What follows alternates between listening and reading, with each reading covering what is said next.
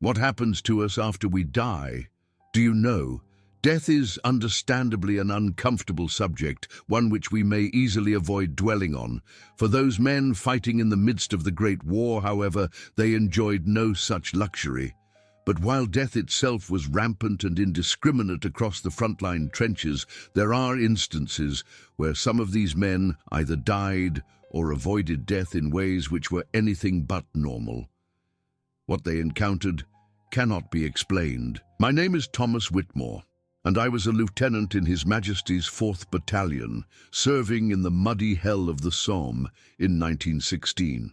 I tell you this not for glory or recognition, but because what I witnessed in those cursed trenches changed everything I believed about life, death, and what lies beyond the veil that separates our world from something else entirely. The war had been raging for 2 years when I arrived at the front lines that October. The autumn rain had turned the battlefield into a nightmare of mud, blood, and the constant stench of decay.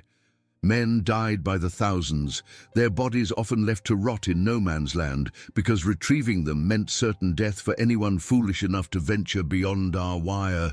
But it wasn't just the living who occupied those trenches.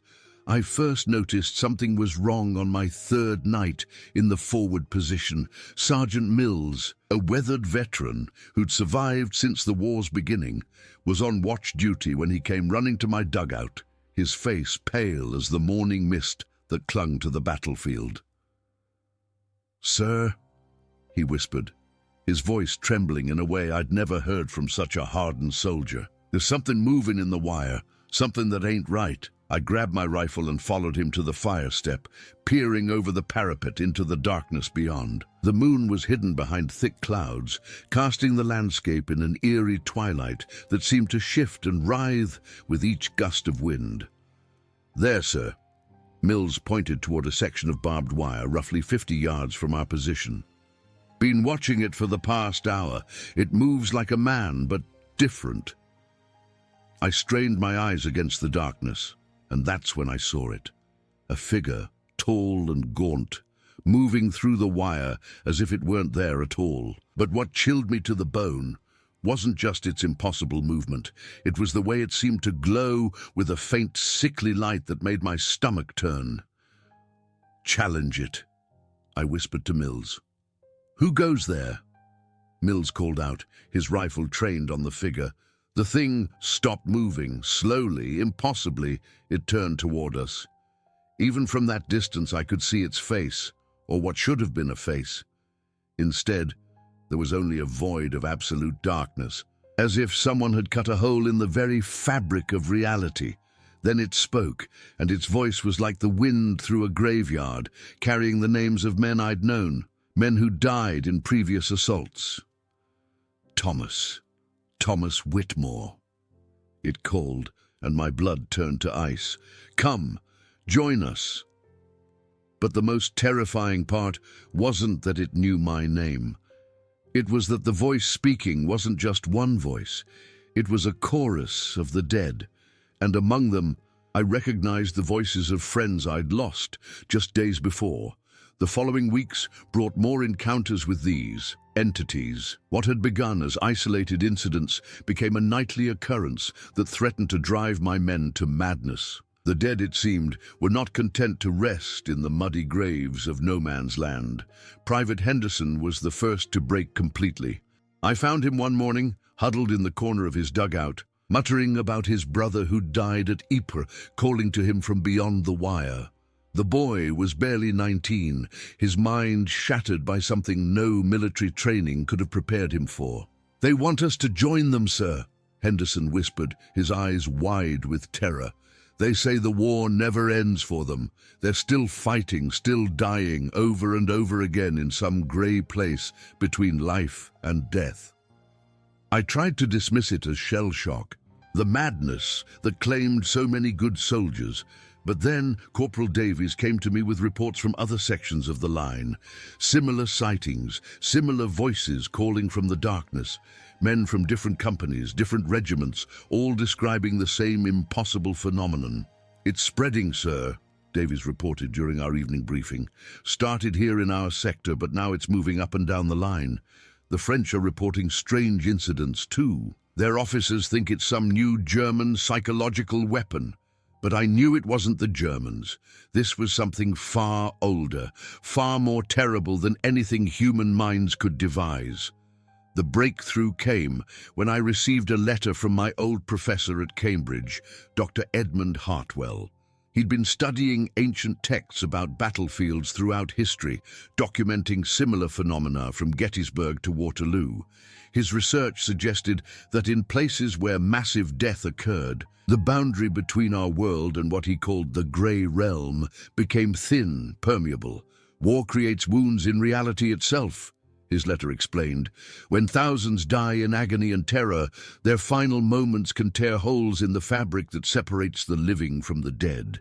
These tears allow things to pass through, things that should remain buried. His words proved prophetic when 3 nights later, the dead began to manifest more boldly. I was making my rounds through the support trenches when I heard singing, a low, mournful hymn that seemed to rise from the earth itself. Following the sound, I discovered something that still haunts my dreams. In a section of collapsed trench, partially filled with stagnant water and debris, a group of spectral figures sat in a circle. They wore the uniforms of various regiments, British, German, French, their faces bearing the wounds that had killed them. Bullet holes, shrapnel tears, the grey pallor of poison gas victims. They sang together in perfect harmony, their voices creating a melody that was both beautiful and utterly terrifying. One of them looked up at me, and I recognized him immediately. Lieutenant Robert Ashford, my roommate from officer training, who died in my arms during a gas attack 2 weeks prior. "Thomas," he said, his voice carrying the same ethereal quality as the wind through dead leaves. "You understand now, don't you? Death isn't the end. It's just different." I wanted to run, to scream, to wake up from what surely had to be a nightmare. Instead, I found myself drawn closer, compelled by forces I couldn't comprehend. "What do you want?" I managed to whisper. "To show you the truth," Ashford replied, rising from his spectral gathering. "The war doesn't end when the body dies. We're still here, still fighting, still trapped in an endless battle that spans dimensions. And soon, very soon, the barriers will fall completely." That's when I noticed something that made my blood freeze. Behind the gathering of dead soldiers, more figures were emerging from the mud. Not just British casualties, but Germans too, French, Australians, all the nationalities that had died on this cursed ground. They were all together now, united in death in a way they never had been in life. "The living world thinks this war will end," Ashford continued, his dead eyes fixed on mine. "But they're wrong. When enough souls cross over through the tears we've created, the grey realm will merge with your world. The war will become eternal, and the living will join the dead in endless conflict." The implications hit me like artillery fire. This wasn't just about ghostly apparitions or shell-shocked soldiers. These entities were preparing for something far worse, an invasion of our reality by legions of the dead trapped in eternal warfare. As if sensing my realization, the gathered spirits began to advance toward me, their forms becoming more solid, more threatening with each step. The night everything changed began like any other on the Western Front, with the distant rumble of artillery and the acrid smell of cordite hanging in the air. But by dawn, the very nature of warfare itself would be transformed forever. It was November 15th, 1916, when High Command ordered what they called Operation Threshold, a massive night assault designed to break through German lines before winter set in. 20,000 men were to go over the top at 0 hour, advancing across no man's land in what military strategists promised would be the decisive blow of the war. What they didn't know was that they were about to send 20,000 souls directly into the epicenter of the supernatural maelstrom that had been building for weeks. I tried to warn Colonel Pemberton during the final briefing, but my reports of spectral encounters had already branded me as shell-shocked. The medical officer had even suggested I be relieved of duty for nervous exhaustion. In the rigid hierarchy of military command, a lieutenant's warnings about ghostly armies carried little weight against the grand strategies of generals. "Whitmore," Pemberton said dismissively when I attempted to explain the danger, "I understand the strain you've been under, but we cannot allow superstitious nonsense to interfere with military operations. The attack proceeds as planned." As the men prepared for the assault, I noticed the signs that others missed. The temperature had dropped far below what November weather should have brought. Frost covered everything despite the earlier rain. Most disturbing of all, the rats that normally infested our trenches had completely disappeared. Animals always sense supernatural disturbances before humans do. At 2300 hours, just 1 hour before 0 hour, the dead began to mass in no man's land. Through my field glasses, I watched in horror as spectral figures rose from shell craters and barbed wire entanglements. Hundreds of them, then thousands, gathering in ghostly formations that mirrored military units but belonged to no earthly army. They stood in perfect ranks, waiting, as if preparing for some cosmic battle that would dwarf anything the living had ever conceived. "Sir," Sergeant Mills whispered beside me, his voice barely audible, "look at that. They're forming up like they're preparing for their own attack." That's when I understood the true horror of what was about to unfold. The dead weren't just waiting to collect our souls. They were preparing to use our assault as a bridge, a massive sacrifice that would tear the barriers between worlds wide open. 20,000 living soldiers charging into a supernatural trap that would merge our reality with their grey realm forever. I made the decision that would define the rest of my existence. Military protocol be damned. I couldn't let 20,000 men walk unknowingly into a fate worse than death. Racing through the communication trenches, I burst into the command bunker where Colonel Pemberton was conducting final preparations with his staff. Maps covered every surface, showing troop movements and artillery support that would mean nothing if the dead claimed our soldiers' souls. "Colonel," I shouted, causing every officer in the bunker to turn toward me, "you have to call off the attack. The enemy we're facing isn't German. It's something far worse." "Lieutenant Whitmore," Pemberton's voice was ice-cold with fury, "you are out of line and out of your mind. Guards, arrest this man for insubordination." 2 military policemen moved toward me, but before they could reach me, the bunker began to shake. Not from artillery fire, but from something deeper, more primal. The electric lights flickered, and a bone-chilling cold swept through the underground chamber. Then the voices began. They started as whispers, barely audible beneath the rumble of distant guns. But they grew louder, stronger, until every man in that bunker could hear them clearly. The voices of the dead, calling out names, pleading, warning, threatening. They spoke in English, German, French, and languages I couldn't identify. The tongues of soldiers who had died on this ground throughout history. "The barrier weakens," the voices chanted in unison. "The living come to join the eternal war. Soon all will be one in the grey realm of endless battle." Colonel Pemberton's face went white as he heard his own brother's voice among the spectral chorus. A brother who had died at the Battle of Loos the year before. The other officers backed away from the maps as frost began forming on the papers, and their breath became visible in the suddenly freezing air. That's when the first ghostly figure materialized in the bunker itself. Lieutenant Ashford stepped through the solid earth wall as if it were mist, his spectral form more solid and menacing than I'd ever seen it. Behind him came others, German officers, French soldiers, a Highland regiment that had been wiped out months earlier. They filled the bunker with their impossible presence, their dead eyes fixed on the living men who cowered before them. "The time has come," Ashford announced, his voice echoing with the authority of death itself. "At 0 hour, when your soldiers charge across no man's land, They will cross into our domain, and we will cross into yours. The war between life and death begins now. The temperature dropped so low that ice began forming on the bunker walls. The electric lights shattered, plunging us into a darkness lit only by the sickly glow emanating from the assembled spirits. I realized with crystal clarity that this was the moment everything would be decided. In less than 30 minutes, 20,000 men would go over the top and walk directly into a trap that would doom not just them, but potentially all of humanity to an eternity of supernatural warfare.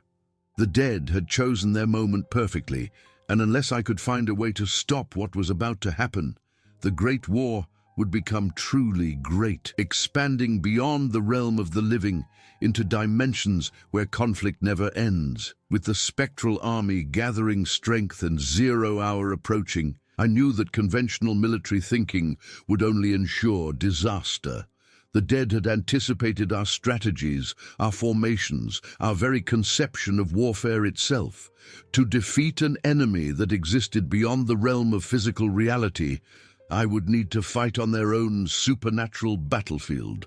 As the ghostly officers continued their otherworldly council in the frozen command bunker, I quietly reached for the canvas bag I'd carried since my first encounter with the entities. Inside was Dr. Hartwell's research, including ancient texts he'd sent describing rituals used by battlefield medics throughout history, methods for sealing tears between worlds that had been dismissed by modern military doctrine as primitive superstition.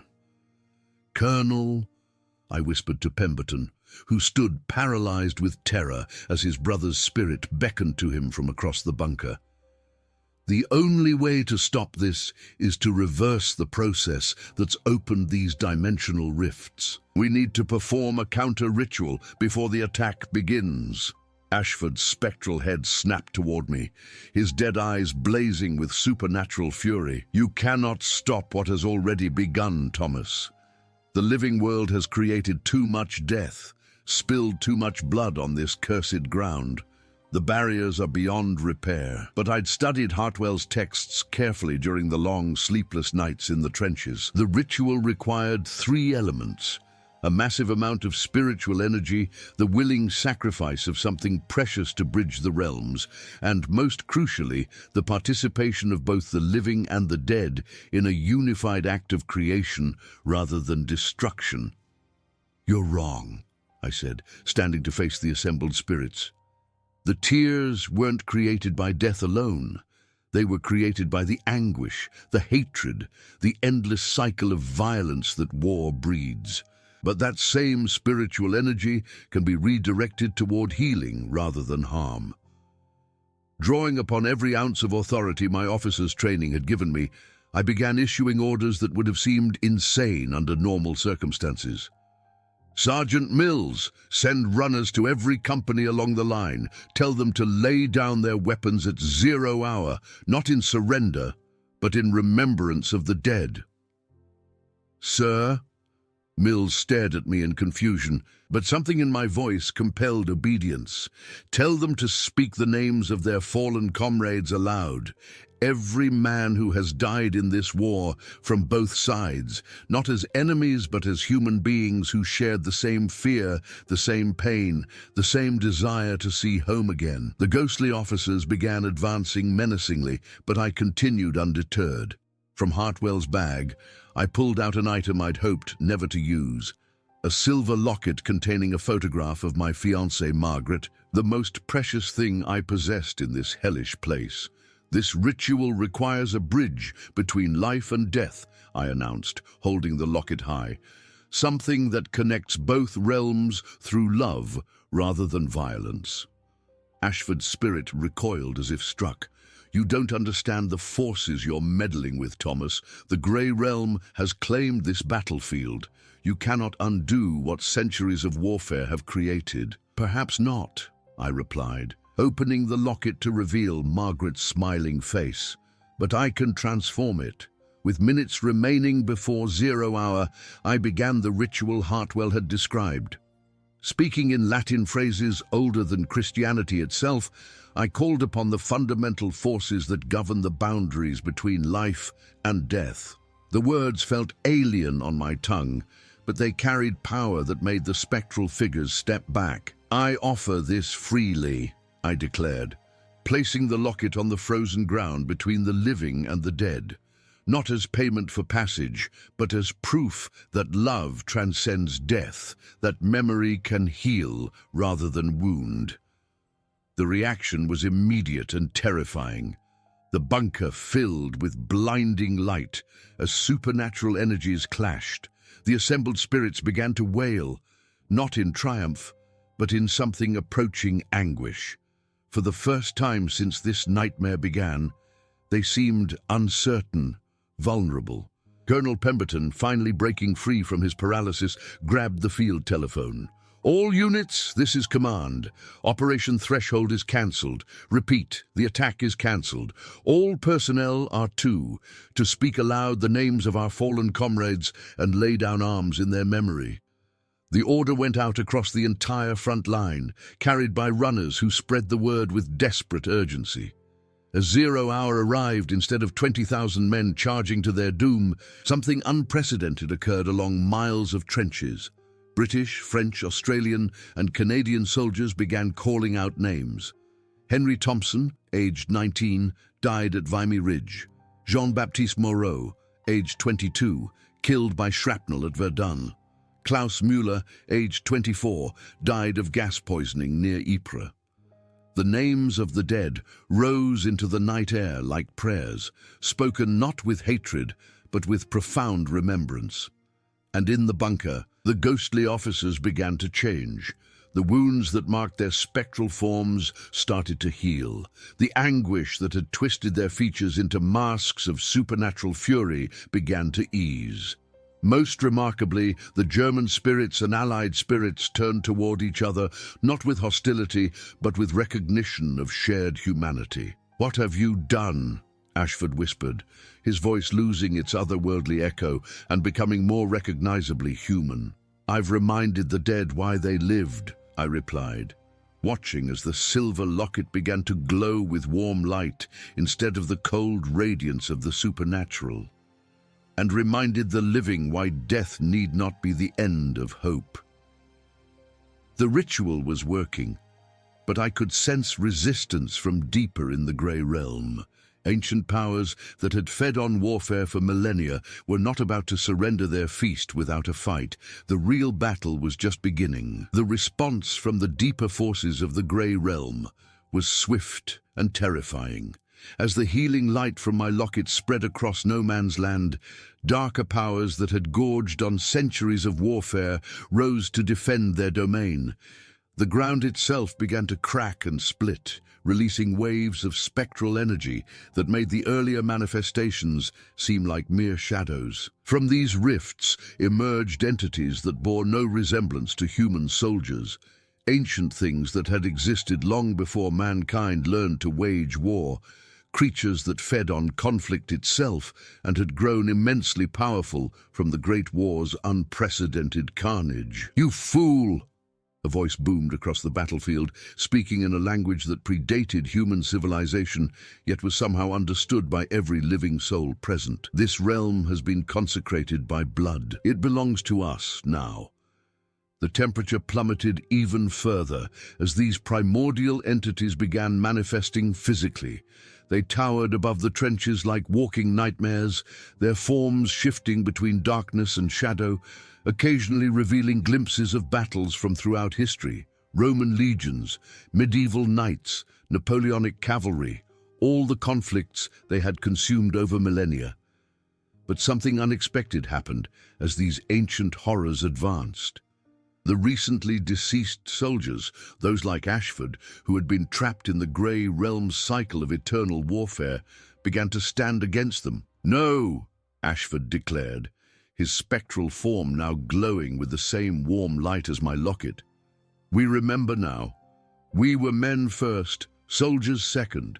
We will not be weapons for entities that never knew the love of home, the bond of friendship, the hope of peace." Across the battlefield, other spirits joined him. German and British dead stood shoulder to shoulder, their ethereal weapons raised not against each other, but against the primordial horrors that had enslaved them. French and Australian ghosts formed ranks alongside Canadian and South African spirits, creating an army of the dead that fought for redemption rather than destruction. The battle that followed defied every law of physics and military strategy. Spectral artillery fired rounds of crystallized memory across dimensional boundaries. Ghostly cavalry charged through walls of shadow, while ethereal aircraft engaged flying nightmares in aerial combat that spanned multiple planes of existence. In the command bunker, Colonel Pemberton watched in awe as his brother's spirit led a charge of Highland ghosts against a creature that appeared to be composed of every blade ever wielded in anger. "Robert," he whispered, tears freezing on his cheeks as they fell. "My God, Robert, I can see you clearly now." The living soldiers in the trenches found themselves caught between wonder and terror as the supernatural war raged above their heads. Some fled in panic, but others, inspired by the courage of their dead comrades, began adding their voices to the ritual. They sang hymns, recited poetry, shared stories of the men they'd lost, transforming the battlefield from a place of hatred into a monument of remembrance. But the ancient entities were not easily defeated. For every horror the ghostly army destroyed, two more emerged from the deepening cracks in reality. The primordial forces began to adapt, learning to corrupt the very memories the ritual required, turning love into obsession, hope into despair, courage into reckless violence. "The ritual is failing, Doctor." Hartwell's voice came through a field telephone that had somehow connected across impossible distances to his Cambridge study. "The ancient powers are too strong, too deeply rooted in the foundations of conflict itself. You need something more, Thomas. Something these entities have never encountered." That's when I realized what was needed. The ancient horrors fed on warfare because war represented humanity's capacity for organized destruction. But there was something even more fundamentally human that they couldn't comprehend or corrupt: our ability to choose peace even in the face of annihilation. "All units," I commanded, taking control of the communication network with an authority that transcended military rank. "Cease all resistance, lower your weapons, do not fight these entities with violence. They are violence incarnate. Instead, remember why you fight. Remember what you're trying to return to. Remember peace." The order seemed like madness, asking soldiers to remain passive while supernatural horrors raged around them. But gradually, impossibly, the men began to comply. British Tommies laid down their rifles and spoke of English gardens. French poilus set aside their bayonets and shared memories of provincial villages. German soldiers, hearing the ritual through the dimensional tiers, began lowering their own weapons and calling out the names of their sweethearts. The effect on the ancient entities was immediate and devastating. These primordial forces, born from the first moment one human raised a weapon against another, had no defense against organized pacifism backed by supernatural power. They began to writhe and shriek as the very essence of their existence was challenged. "Impossible!" the ancient voice roared as its physical manifestations began to dissolve. "Conflict is eternal. War is the natural state of existence. You cannot erase what defines you as a species." But across miles of front lines, hundreds of thousands of men proved the entities wrong. In an act of collective will that had never before been achieved in human history, opposing armies chose to remember their shared humanity rather than their manufactured hatred.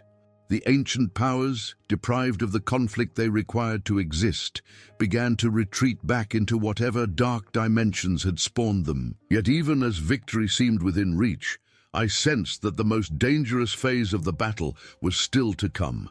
The primordial entities, in their death throes, were preparing one final assault, not against the living or the dead, but against the fundamental barriers that separated past, present, and future. If they succeeded, every war that had ever been fought would be fought again, simultaneously. in an eternal cycle that would consume all of human history. The final gambit of the ancient entities shook the very foundations of time itself. As their forms began to dissolve, they channeled their remaining power into one last desperate attempt to maintain their hold on humanity's violent nature. Across the battlefield, temporal fractures began opening, revealing glimpses of every war humanity had ever fought or would fight.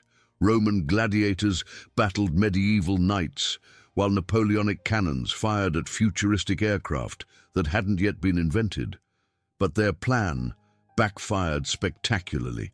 Instead of creating eternal conflict, the temporal chaos allowed warriors from throughout history to witness what we had accomplished. Ancient soldiers saw men choosing peace over glory. Medieval knights observed enemies extending hands in friendship rather than raising swords in anger. Future warriors looked back through time and saw the moment when humanity first chose to break the cycle of endless violence. The effect rippled across dimensions and through time itself. Every battlefield throughout history began to experience the same transformation we had achieved. The spirits of warriors from countless conflicts found themselves freed from the cycle of eternal warfare that had trapped them in death as surely as it had consumed them in life. In the command bunker, Lieutenant Ashford's form had become almost solid again, though he still bore the translucent quality of the departed. "Thomas," he said, his voice filled with wonder, "you've done something that changes everything. The Grey Realm. It's not a place of endless war anymore. It's becoming something else entirely." Through the dimensional tears, I could see the transformation taking place. The Grey Realm was shifting from a battlefield into something resembling a vast memorial garden, where the spirits of all who had died in conflict could finally find peace. Not the peace of oblivion, but the peace of understanding that their sacrifices had meaning beyond the violence that claimed their lives. The ancient entities made one final attempt to reverse what we had accomplished, but they were fighting against the combined will of every human soul that had ever yearned for an end to conflict. Their howls of fury echoed across dimensions before finally fading into silence, leaving behind only the gentle voices of the redeemed dead, offering blessings to the living. Colonel Pemberton, tears streaming down his face, saluted his brother's spirit as Robert began to fade into the peaceful light that now emanated from the memorial realm. "Will I see you again?" he whispered. "When your time comes naturally," Robert replied, his form growing more translucent with each word. "But not before you've lived a full life in a world that finally understands the true cost of war." As dawn broke over the Western Front, something unprecedented occurred in military history. Along hundreds of miles of trenches, soldiers from opposing armies began emerging from their positions, not to attack, but to meet in no man's land and share food, water, and stories of home. The sight of German and British soldiers embracing while French and Austrian troops sang together would have been unthinkable just hours earlier. High command on both sides initially ordered their men back to the trenches, but the orders were quietly ignored. The supernatural events of the night had been witnessed by too many people to be covered up or explained away. More importantly, the transformation was spreading beyond the battlefield itself. Word reached us that similar manifestations were occurring at other fronts across Europe. The Eastern Front, the Italian Alps, even the naval battles in the North Sea. Everywhere that the Great War was being fought, soldiers were laying down their arms and choosing reconciliation over destruction. The war didn't end immediately, of course. Political leaders, safe in their distant capitals, took months to accept what their soldiers already knew, that the fundamental nature of human conflict had been altered forever.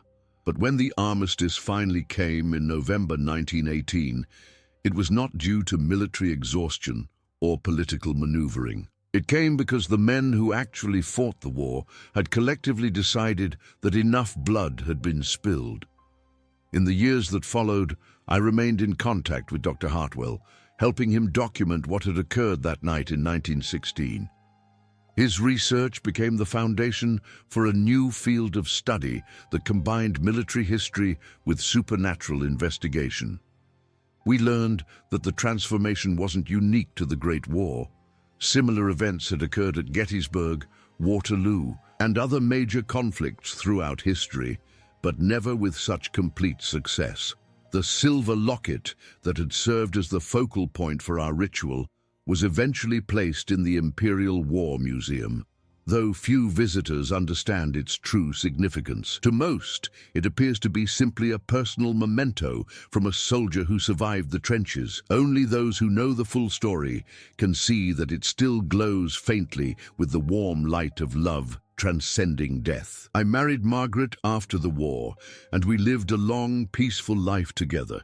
When my time finally came in 1962, I was not afraid. I had seen what awaited beyond the veil, and I knew that death was not an ending, but a transformation into something far more beautiful than the grey realm of eternal warfare that had once threatened to consume all human souls. The memorial garden of the redeemed dead welcomed me home, where Ashford and countless other friends waited with smiles instead of wounds, their spirits finally at peace.